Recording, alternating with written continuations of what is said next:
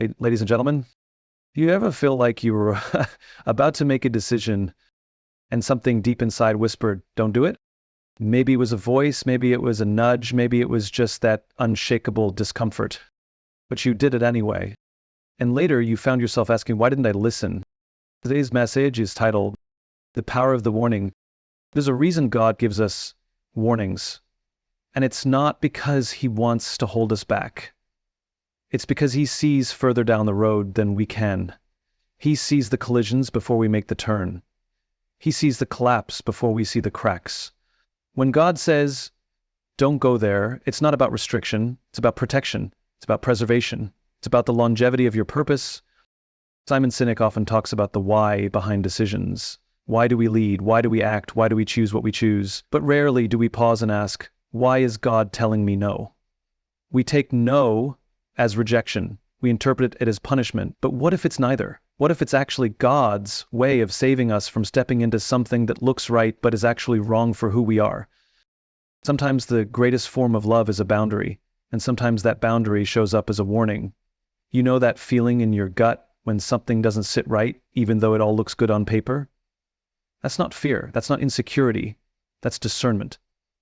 That's divine intelligence. That's God's early alert system, your spiritual smoke alarm. And here's the truth. God doesn't shout when He doesn't have to. He whispers first. He nudges. He places a check in your spirit. And if we train ourselves to listen in the quiet, we won't have to learn the hard way in the chaos. People often say, I just want God to speak to me. But what they really mean is, I want God to agree with me. Because God does speak. He speaks through our intuition. He speaks through resistance. He speaks through silence. And when He says, don't go there, it's not to shut you down. It's to wake you up. It's a spiritual redirect. It's divine alignment. The warning doesn't always come with thunder. Sometimes it shows up as confusion. Sometimes it looks like delay. Sometimes the door just won't open no matter how hard you push. That's not failure. That's a favor. That's God protecting what He's preparing. That's God blocking what looks like a blessing but is really a burden. When you trust that God's don't go there is not an interruption but an intervention, you stop begging for things He's already blocked. What separates wise leaders from reckless ones is not their level of intelligence, it's their ability to read the signs. It's their willingness to listen to what others ignore. In Simon Sinek's words, people don't follow what you do, they follow why you do it. And God doesn't just want to lead your hands, He wants to lead your why. He wants your motivation to match your mission. He wants your direction to match your destiny. And to do that, sometimes He has to step in and say, stop, that's not the way, don't go there. The warning is not the problem, ignoring it is. God is not just the author of opportunity, He's the protector of purpose. And if He says don't go, it means He has something better in mind. Always, a story of ignoring the warning. We don't learn the value of a warning until we ignore one. That's when the lesson becomes real. That's when the pain shows up. That's when we sit in silence and say, I knew it, I should have listened. There's something about the aftermath of ignoring a nudge that makes you more sensitive the next time God whispers, don't go there. Let me share a story. It's a true one. A friend of mine, let's call him David, was offered what looked like the opportunity of a lifetime. A job in another city, bigger salary, more influence, a title that carried weight. On paper, it was perfect. Everyone around him said, this is it, this is your moment. And it felt good, it stroked the ego, it made sense logically.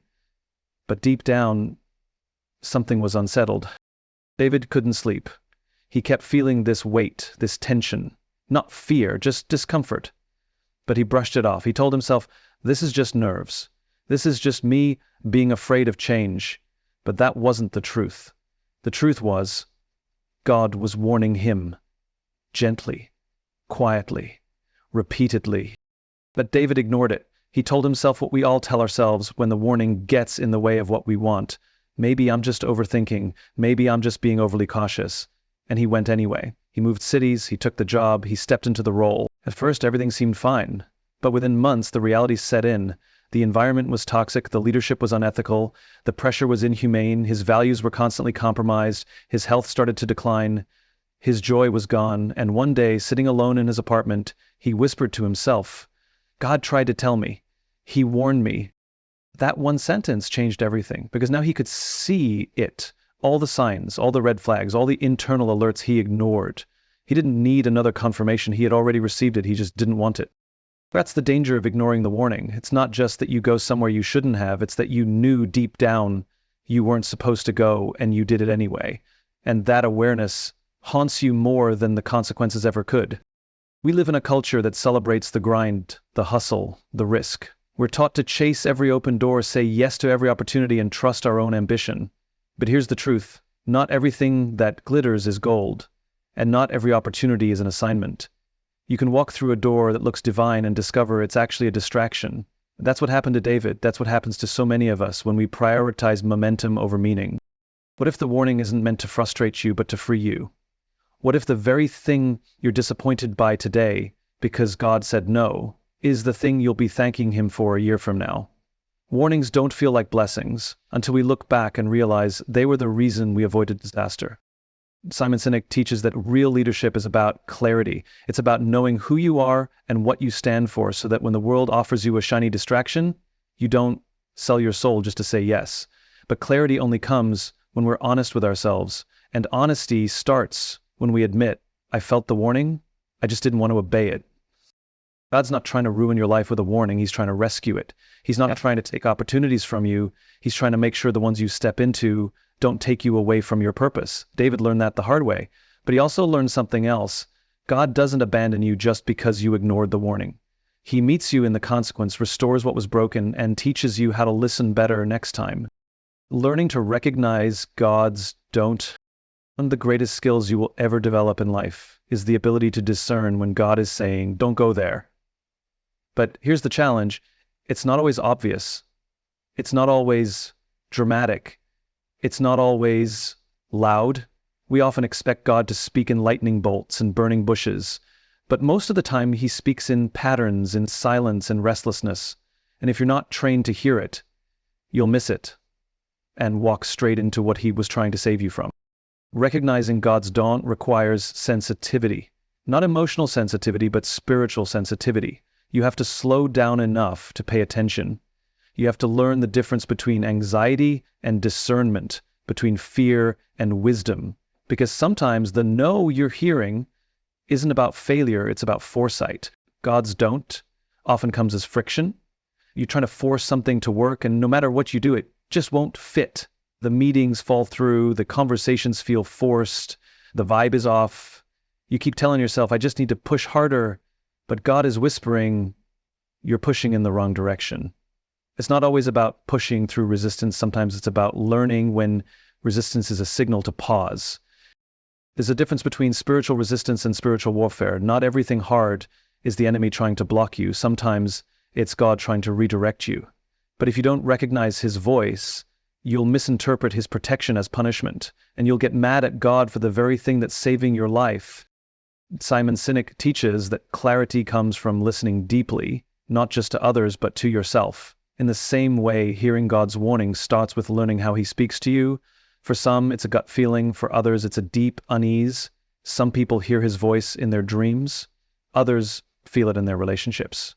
When certain people stop fading, certain doors start closing, and certain comforts are removed, those aren't coincidences. That's communication. That's how God says, don't go there. We often expect clarity before obedience. But God usually gives us the instruction before he gives us the explanation. He'll say no before he shows you why. That's why discernment is so crucial. It gives you the confidence to obey without needing all the details. If you only obey when it makes sense, you're not following God, you're following your logic. And logic is limited, God is not. God's don't also shows up in timing. Just because something is good doesn't mean it's now. Delay is not denial, it's divine alignment. Sometimes he withholds because you're not ready, or because it's not ready, or because it would be a blessing in the wrong season, which makes it a burden. So when you hear that still small voice say, not yet, don't call it rejection, call it protection, because that's exactly what it is. Recognizing the don't means you trust God's vantage point more than your own desires. It means you trust that he can see what you cannot. And if he says, don't go there, it's because something there would compromise what he's building in you. This is about more than avoiding bad decisions. It's about protecting your assignment. It's about staying aligned with your identity, your purpose, your calling. Simon Sinek says, people don't buy what you do, they buy why you do it. And the same is true in your walk with God. You don't follow him just because of what he gives. You follow him because you trust why he leads the way he does. And when he says, don't, that why becomes your anchor, not because it always makes sense, but because you know the one who spoke it sees beyond the now. The cost of disobedience. Every decision comes with a price, but disobedience to God, especially after he's given a clear warning, comes with a cost far greater than inconvenience. It costs you time, it costs you peace, it costs you progress, and sometimes it costs you relationships, opportunities, and even parts of yourself that you didn't realize were vulnerable until they were already wounded. The price of ignoring the don't is never paid up front. It's paid later, and often it's paid with interest. The world teaches us to chase results, fast, loud, big. But what good is a result that you had to compromise your calling to achieve? What good is success if you lose your soul on the way there? Simon Sinek teaches that fulfillment is not found in how much you achieve, but in how closely your actions align with your purpose. And obedience is how we stay in alignment with God's vision for our lives. The cost of disobedience isn't always dramatic. Sometimes it looks ordinary. It shows up in small frustrations that become heavy burdens. It shows up in restlessness that doesn't go away. It shows up in opportunities that dry up, creativity that vanishes, joy that fades. And we start asking questions like, why do I feel stuck? Or why do things keep falling apart? But if we trace it back, the root is often found in a moment where God said, don't go there. And we went anyway. Disobedience has a ripple effect. One wrong turn can affect every road you take after it. And here's what makes it even more challenging. Sometimes you can disobey God and still look successful on the outside. The business may grow, the followers may come, the money may flow. But internally, there's a disconnect. You're out of rhythm, out of alignment, out of peace, because you're walking a path that God never told you to walk. When you step outside of his direction, you start depending on your own strength to sustain what he never called you to start. That's exhausting, that's heavy, and it eventually leads to collapse, not always publicly, but always spiritually. Disobedience forces you to carry burdens you were never meant to carry, and to solve problems God never intended for you to face. God doesn't say don't to control us, he says it to cover us. His boundaries are not prisons, they are protections. They exist to shield us from the consequences that our perspective can predict. But when we override those boundaries, we invite those consequences into our lives, not as punishment, but as a wake-up call. A reminder that we need God's guidance more than we need our own way. Simon Sinek often says that people lose their way when they lose their why. And the same is true when we walk in disobedience. We stop asking, why am I doing this? And start chasing outcomes without understanding impact. But when God warns us, he's not just preserving the plan, he's preserving the why behind the plan. He's keeping us rooted in purpose so we don't drift into performance.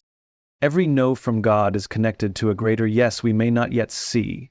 But if we ignore the no, we risk forfeiting what the yes was designed to unlock. That's the cost, that's the weight. And that's why obedience isn't about perfection, it's about protection. Because the greatest losses in life don't come from what we missed, they come from what we refuse to listen to. The blessing of obedience. Obedience isn't glamorous. It rarely comes with applause. You don't get a standing ovation for choosing to walk away from what looked good but wasn't God.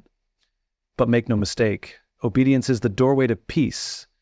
It's the setup for provision. It's the pathway to purpose. When God says, don't go there, and you actually listen, you're not just avoiding disaster, you're aligning yourself with divine favor. We live in a world that celebrates bold moves, quick wins, and high returns. But obedience doesn't always look like a bold move. Sometimes it looks like restraint. Sometimes it looks like staying put when everyone else is moving. Sometimes it looks like saying no to something that looks like a once-in-a-lifetime opportunity because you know God didn't give you the green light. That kind of obedience, it's quiet, it's personal, but it's powerful. Simon Sinek teaches us that when you start with why, you unlock long-term clarity and motivation. God's why for your life is deeper than comfort, it's deeper than applause, it's about calling, it's about impact. And when you obey his direction, even when it costs you, you begin to experience something that success can't buy: peace. And that peace is the evidence of alignment. The blessing of obedience isn't always immediate. Sometimes it looks like nothing at first, no results, no confirmation, just you standing in faith, holding on to what you believe God said. But something is happening beneath the surface, something is shifting. God is working in the waiting. You avoided a trap you didn't even know was being set. You walked away from something that would have drained your soul. That is the blessing: preservation, protection, preparation. And eventually the fruit shows up. The connections are real. The opportunities are right. The joy is sustainable. The doors that open aren't just impressive. They're intentional. They're divine setups, not just shiny options. That's what obedience does. It puts you in the right place at the right time with the right heart. It doesn't just position you, it prepares you. Okay, obedience is not about control, it's about trust. And when you obey God's don't, you're telling him, I trust that what you're keeping me from is just as important as what you're leading me to. That's maturity, that's leadership, that's wisdom. Because leadership isn't just about knowing what to say yes to, it's about having the discipline to say no when it counts. One of the most underestimated blessings of obedience is clarity. The more you say yes to God's voice, the more familiar it becomes. You begin to recognize the patterns. You don't have to second guess every decision. Your intuition sharpens. Your spirit becomes sensitive. You don't live in fear, you live in flow. You trust the rhythm of grace, even when it interrupts your plans. Simon Sinek reminds us that people are drawn to leaders who are clear, consistent, and authentic. Obedience cultivates all three. When you follow God's direction, even when it's inconvenient, you become the kind of person others want to follow, not because of your charisma, but because of your conviction. They can feel the weight of your clarity.